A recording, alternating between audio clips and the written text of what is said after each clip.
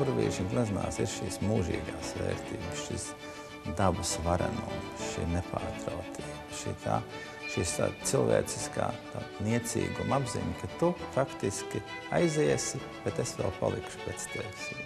Purvītis un citi ainavisti.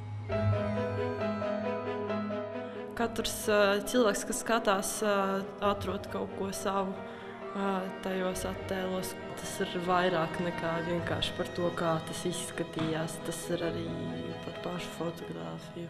Egons Spuris, vieta izcila skatienam.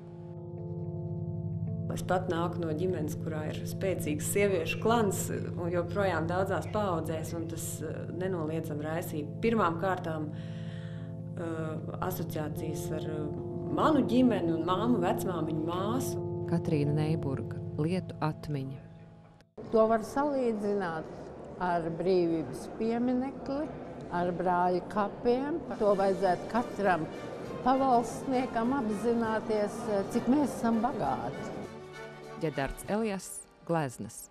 Balso par savu kilogramu kultūras.